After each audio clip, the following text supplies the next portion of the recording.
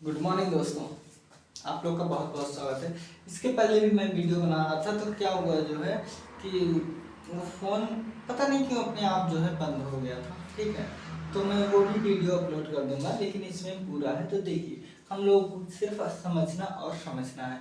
मैं आपको ऐसे समझाऊंगा कि आपको बिल्कुल प्रतीत नहीं होगा कि ये पहले से लिखा गया है या क्या हुआ है क्या नहीं हुआ है। हम आपको बहुत अच्छे से समझाने का प्रयास करेंगे दोस्तों। तो देखिए, सोमनाथ और जी का जो जन्म है वो आप यहाँ पर देख रहे होंगे। सोमनाथ और जी का जन्म जो है 1921 से 2006 के मध्य में हुई थी। अब जब बात हम लोग 2006 की कर रहे हैं तो देखिए 2006 में आपका, ठीक है, 2006 में आपका राजा रवि वर्मा, बता दे रहा हूँ ऐसे, ठीक है। देखिए, राजा रवि वर्मा की मृत्यु हुई थी और 2006 में ही राम किंकर बैज का जन्म हुआ था। ठीक है, हाँ। और यहाँ आप देख रहे हो कि सोमनाथ और जी की भी मृत्यु हुई थी। तो देखिए, सोमनाथ और जी की जो मृत्यु हुई थी वो 2006 में हुई थी, जो जन्म हुआ था वो 1921 में हुआ था। अब देखिए, ये सोमनाथ और जी जो है ये क्या है, तो ये जो है देखिए, ये आपके पहली बात तो है, ये ग्राफिक कलाकार हैं। ठीक है, छापा कलाकार हैं, ग्राफिक कलाकार हैं, छापा कलाकार हैं, प्रिंट मेकर हैं, चित्रकार हैं और मूर्तिकार हैं। यानी कि ये पांच विधाओं में पारंगत हैं। ठीक उसी तरह जिस तरह लियोनार्डो विंची जी पारंगत हैं।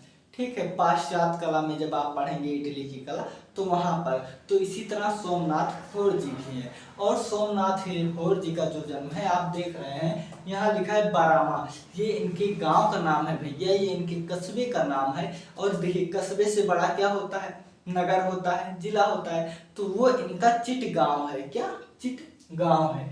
और जो देश है वो इनका बांग्लादेश में जन्म हुआ है। तो देखिए, 1921 बरामा चिटगांव बांग्लादेश में इनका जन्म हुआ था।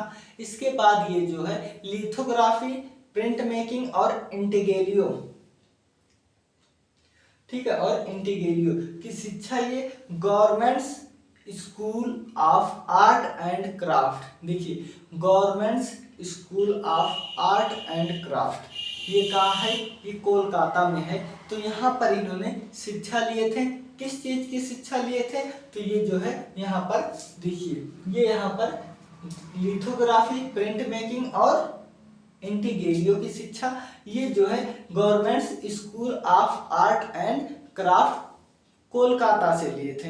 यहाँ तक ठीक है। अब इसके बाद देखिए लास्ट वैक्स तकनीक, ठीक है, लास्ट वैक्स तकनीक में इनका एक है वियतनामा के साथ साथ स्वतंत्रता के सेनानियों का शिल्प। क्या वियतनामा, ये बहुत प्रसिद्ध है, ये इंपॉर्टेंट है। ठीक है, ये इंपॉर्टेंट है। तो मैं यहाँ IMP लिख दिया हूँ, आप IMP लिख लीजिए क्योंकि ये बहुत ही ज्यादा प्रसिद्ध है। सोमनाथ होर का अगर कुछ पूछा जाता है तो ये ऊपर के प्रिंट मेकिंग और ग्राफिक्स से पूछा जाता है, वियतनाम से पूछा जाता है।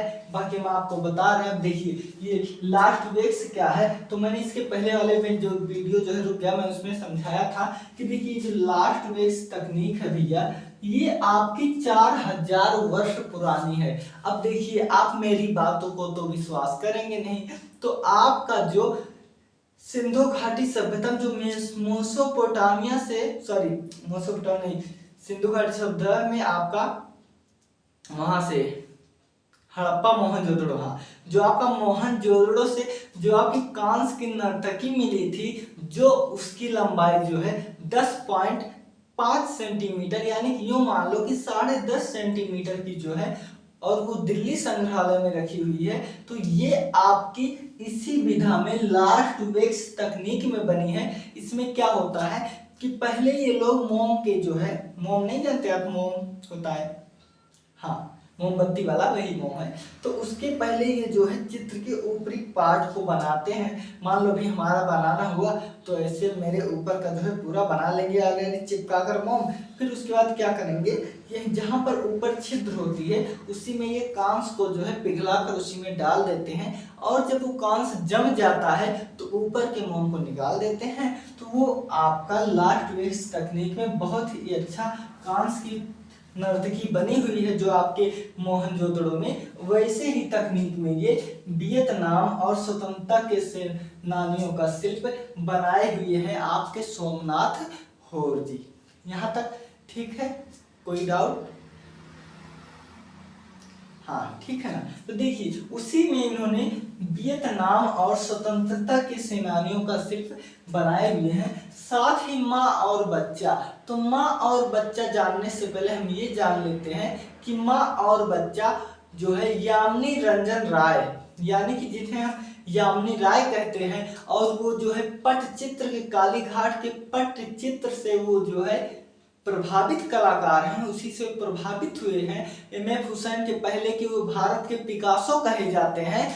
तो उन्होंने टेम्परा तकनीक में माँ और बच्चा को बनाया हुआ है। साथ ही साथ आपके 1961 में जन्मे रविंद्रनाथ टैगोर जी, जिनका जन्म जोड़ासांकू है, अवनींद्रनाथ टैगोर की चाचा जी हैं और गगनेंद्र नाथ टैगोर के चाचा जी हैं, तो उन्होंने भी माँ और बच्चा बनाए हुए हैं। ठीक है, इसके साथ ही साथ लाफिंग फेस भी बनाए हुए हैं। उनकी बहुत रचना है, वो अभ्यंजनावाद के कलाकार हैं। कौन? रविंद्रनाथ टैगोर जी, जिनको गीतांजलि, ठीक है, जिनको जो है प्रथम नोबेल पुरस्कार मिला था। अब आगे देख लेते हैं। तो माँ और बच्चा 1974 से 77 के मध्य ये बड़े कांस प्रतिमा बनाए हैं। कैसे? बड़े बड़े ये कांस प्रतिमा सोमनाथ होर जी बनाए हैं। 1974 से लेके 1977 तक बनाए हैं, बड़े कांस की प्रतिमा बनाए हुए हैं सोमनाथ होर जी। साथ देखते हैं कि मैं चित्र नहीं बनाता, मैं जख्म बनाता हूं। शब्दों से ही पता लगा कि इनके जख्म जो है देखकर आपको ना दुख से आपका मन भर जाएगा। बिल्कुल जैसे एम.एफ. हुसैन ने कहा था कि मैं घोड़ा बेचता हूं और फिल्म बनाता हूं, उसी तरह ये इन्होंने भी कहा कि मैं चित्र नहीं बनाता, मैं जख्म बनाता हूं। आपकी आंखों में आंसू आ जाएंगे, आप सोचने पर विवश हो जाएंगे इनके चित्रों को देख करके। तो वही चीज इन्होंने कहा कि मैं चित्र नहीं बनाता, मैं जख्म बनाता हूं। ऐसा किसने कहा था? तो ऐसा सोमनाथ होर जी ने कहा था, जिनका जन्म 1921 से 2006 के मध्य हुआ था। तो इन्होंने कहा था, और इनको सोमनाथ होर जी को जख्मों के कलाकार भी कहा जाता है। क्या कहा जाता है? तो जख्मों के कलाकार कहा जाता है। दोस्तों आप ये सब याद रखना, एक एक पॉइंट याद रखने हैं। साथ ही मालेविच ये पाश्चात्य कलाकार हैं। कौन? मालेविच। तो इन्होंने एक चित्र बनाया हुआ है जिसका नाम है काले पर काला। क्या? काले पर काला।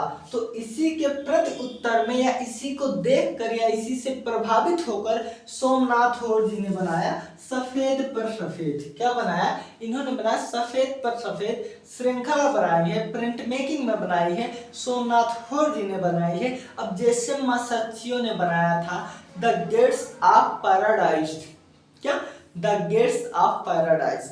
तो इसी से प्रभावित होके रौंदा, अगस्त रौंदा उनका नाम है, और वो गेट्स ऑफ हेल बनाया। उसी तरह मालेविच के चित्र काले पर काला से के प्रति उत्तर में सोमनाथ होर जी ने सफेद पर सफेद बनाया है। अब आगे इनके चित्र देख लेते हैं। तो फुटपाथ पर रोता हुआ बच्चा, मैंने पहले बताया कि ये चित्र नहीं, ये जख्म बनाते थे।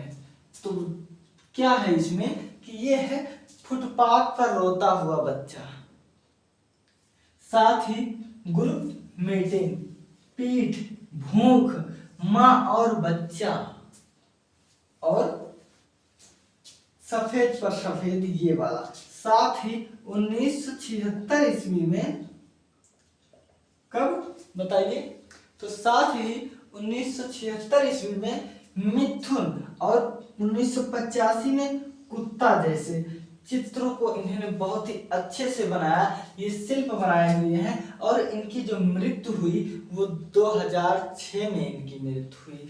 सोमनाथ होर जी की मृत्यु 2006 में हुई है दोस्तों। तो मैं आपको ये बता दूं, ये चित्रकार थे या मूर्तिकार थे, ये बिल्कुल नहीं पूछा जाता है। जो पूछा जाता है वो ग्राफिक कलाकार और ये आपके छापा और प्रिंट, इन तीनों से पूछा जाता है कि सोमनाथ निम्न में से क्या थे। तो उसमें से जो है ये एक दे देंगे, ठीक है, या ये 4-5 दे देंगे, एक बोल देंगे कि क्या नहीं थे, तो उसी हिसाब से दे देंगे। साथ ही जो है इनका क्या पूछा जाता है, इनका जो है ये वाला बहुत पूछा जाता है चित्र। इसके बाद ये इनके वाक्य पूछे जाते हैं कि मैं चित्र नहीं बनाता हूँ, मैं जख्म बनाता हूँ। आप ये सब अच्छे से याद कर लीजिएगा दोस्तों, ठीक है। अब हम मिलते हैं अगले वीडियो में। और हाँ, इसमें जो आप देखेंगे ऊपर लिखा रहेगा सोमनाथ होर का कंप्लीट वीडियो, ठीक है। और इसके जो पहले मैंने बनाए लगभग इसमें सब कुछ लिखते हुए है, यहाँ तक समझाया भी हुआ हूँ, मैं उसमें लिख दूंगा अनकम्प्लीट वीडियो। तो आप इसी के मैं जो है डिस्क्रिप्शन बॉक्स में डाल दूंगा, आप उसको भी देख लीजिएगा, वरना ये आपके लिए पर्याप्त है। मैं आपको उसी लहजे से उससे अच्छे लहजे से का प्रयोग करके आपको समझाने का हमने प्रयास किया है दोस्तों। तो आप लोग अपना ख्याल रखना। और हाँ, अगर आपको वीडियो अच्छा लगे तो आप एक बार और देख लेना, क्या आप एक बार जो है और देख लेना अगर आपको वीडियो अच्छा लगे तो, ठीक है दोस्तों। अब हम मिलते हैं अगले वीडियो में, आप लोग अपना ख्याल रखना।